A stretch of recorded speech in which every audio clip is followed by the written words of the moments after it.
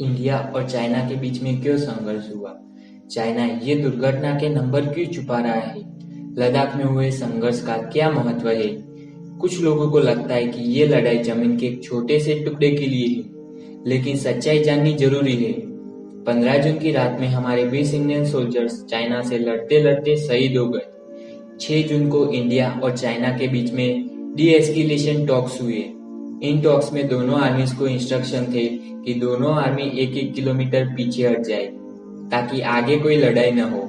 श्योक और गलवान नदी के बीच में बफर जोन क्रिएट किया गया। ये सारे डिसीजन फाइनल होने के बाद इंडियन आर्मी कर्नल बी संतोष बाबू ने नोटिस किया कि चाइनीज कैंप पॉइंट 14 पर पेट्रोलिंग कर रहा था। 15 जून की रात में इंडियन आर्मी चाइना कैंप हटाने के लिए वहां गई।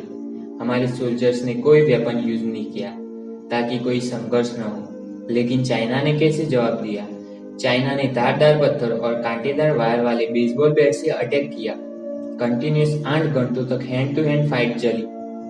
एलओसी लाइन ऑफ कंट्रोल एक परफेक्टली मार्क बॉर्डर है जहाँ पे इंडिया और पाकिस्तान की सीमा पता चलती है, लेकिन LAC line of actual control एक दिल्ली सीमांकन रेखा है जो चीन नियंत्रित सीमा क्षेत्र से भारतीय नियंत्रित क्षेत्र को चीन भारतीय सीमा विवाद में अलग करती है, जो भारत के कई सारे राज्यों को स्पर्श करती है, जैसे लद्दाख, हिमाचल प्रदेश, उत्तराखंड, सिक्किम और अरुणाचल प्रदेश, जिसको लेकर भारत और चीन के बीच सीमा विवाद देखने को मिलता है। लेकिन सबसे ज्यादा जो सीमा विवाद है वो गलवान घाटी और पेंगोंग लेक को लेकर देखने को मिलता है। हाल ही में यहाँ पर दोनों देश की सेना के बीच में झड़प देखने को मिली। गलवान घाटी में भारत स्थित है जिसे चीन अपना क्षेत्र बताता है, और पेंगोंग लेक पर अभी तक एलएसी स्पष्ट नहीं हो पा रही है, इसलिए दोनों देशों की सेनाओं के बीच झड़प होती है। तो आइए इस वीडियो में हम आपको बताते हैं कि बार बार दोनों देश की सेना के बीच में झड़प क्यों होती है। यह है फिंगर 1। यह भाग है जो पहाड़ की फिंगर जैसे दिखते हैं, इसलिए इन्हें फिंगर कहते हैं। यह है फिंगर 2, यह है फिंगर 3 और यह है फिंगर 4, जहाँ पर पूरा मामला हुआ है। यहाँ तक का भाग तो भारत का ही है। अब यह है फिंगर 5, यह है फिंगर 6, यह है फिंगर 7 और यह है फिंगर 8। भारत के हिसाब से जो एलएसी है वो फिंगर 8 तक चलती है, और चीन का मानना है कि एलएसी फिंगर 4 तक जाती है, और इसके बीच का जो इलाका है वो विवादित स्थल है। भारत और चीन के बीच में यह तय नहीं हो पा रहा है कि ये जमीन किसकी है, तो किसकी वजह से हमारी सेना भी यहाँ गश्त करती है और इनकी सेना भी गश्त करती है। तो कई बार दोनों देश की सेना के जवान यहाँ भिड़ जाते, तो इनके बीच क्लेश हो जाता है, हाथापाई हो जाती है। अब आपको लगता होगा कि हाथापाई क्यों होती है? क्योंकि बॉर्डर पर अक्सर गोलियां चलती है। तो इसमें यह बात है कि 40-45 साल पहले इंडिया और चाइना के बीच में एक समझौता हुआ था कि जब भी एलएसी पर कोई पेट्रोलिंग होगी तो दोनों तरफ के जवान निहत्थे होंगे, उनके पास कोई बंदूक नहीं होगी, गोलियां नहीं होगी, ताकि कोई झगड़ा हो जाए, कुछ बात बिगड़ जाए तो कम से कम अनजाने में भी गोली न चले और शांति का माहौल बना रहे। पिछले कुछ समय से क्या हो रहा है, जब कोरोना वायरस के चलते हमारी सेना को कहा गया था कि आपको आपकी एक्टिविटी नहीं करनी है, पेट्रोलिंग नहीं करनी है, ताकि कोरोना वायरस फैले नहीं, तो इस दौरान चीनी सेना फिंगर 4 पर आकर बैठ गए।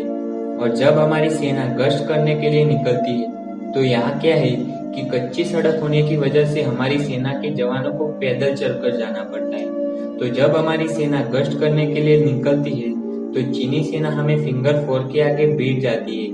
तो हमारी सेना के जवान उन्हें पोस्टर लेके बातचीत करके समझाते हैं कि you are in Indian territory, so side must withdraw as per agreement, please go back. आप भारतीय क्षेत्र में हैं, पक्षों को समझौते के अनुसार वापस लेना चाहिए, कृपया वापस जाए। लेकिन ये चीनी सेना पीछे नहीं हटती, तो दोनों देशों के बीच में 5 मई को हाथापाई हो गई। दूसरी तरफ गलवान घाटी में क्या हुआ? मई के महीने में गलवान घाटी के क्षेत्र में हमें चीन के कई ट्रूप्स और कुछ कैंप देखने को मिले। फिर 6 जून के दिन दोनों देश के बीच लेफ्टिनेंट जनरल स्तर पर बातचीत हुई और तय हुआ कि दोनों सेनाओं पीछे हटेगी। कुछ दिन बाद चीनी सेना ने ईस्ट पोस्ट को हटा लिया, लेकिन बाद में 14 जून के दिन फिर से पोस्ट बना ली। ऐसे में तारीख 15 जून की रात को जब हमारी सैनिकों की टुकड़ी कमांडिंग अफसर 16 बिहार रेजिमेंट से थे कर्नल संतोष बाबू, इनकी आगवाई में जब ये टीम चीन को समझाने के लिए जाती है तो इस दौरान चीन के सैनिकों की संख्या हमसे 3 गुना ज्यादा थी। तो चीन ने इस बात का फायदा उठाकर लोहे के रोड, पत्थर और कांटेदार वायर वाले बेसबॉल बैट से हमारी टुकड़ी पर हमला कर दिया। जब हमारी सेना को थोड़ी देर में यह पता चलता है तो यहाँ हमारे जवान भी आते हैं और उस रात के दोनों के बीच करीब 3 घंटे का हाथापाई हुई। इस हाथापाई में कर्नल संतोष बाबू भी शहीद हो गए। पहले पता चला कि हमारे 3 जवान शहीद हुए, धीरे धीरे बाद में पता चला कि हमारे 20 जवान शहीद हो गए, लेकिन इस दौरान हमने भी उनके 43 सैनिकों को मार गिराए। दोनों तरफ नुकसान हुआ था और फिर बातचीत का सिलसिला शुरू हुआ। असल में क्या होता है कि जब ऐसी कोई परिस्थिति आती है तो बटालियन कमांडर जैसे लेवल पर बातचीत होती है, लेकिन इस बार लेफ्टिनेंट जनरल के बीच में बातचीत हो रही है। तो लगता है ऐसा है कि दोनों देश शांति से यह मामला सुलझाना चाहते हैं। लेकिन विश्व में फैली कोरोना वायरस की महामारी जो चाइना से शुरू हुई थी, उसके चलते विश्व के सभी देश चीन का विरोध करते हैं। तो चीन की इकोनॉमी है वो इससे बहुत ज्यादा इम्पैक्ट हो रहा है। भारत भी देखिए चीन से अपनी एक्टिविटी को कम करता जा रहा है, इसीलिए भी चीन ऐसी हरकत कर सकता है। लेकिन जब चीन भी हमारी भाषा को नहीं समझ रहा है तो चीन को भी इसी भाषा में जवाब देना पड़ेगा। एक बात और, ना ये 1962 का भारत है और ना ही 1962 की भारत की सेना। अब हमारे सेना के पास ऐसे वेपन सिस्टम है जिससे वो चीन को मुंह तोड़ जवाब दे सकती है। और ये नया हिंदुस्तान है जनाब, घर में घुसेगा भी और मारेगा भी।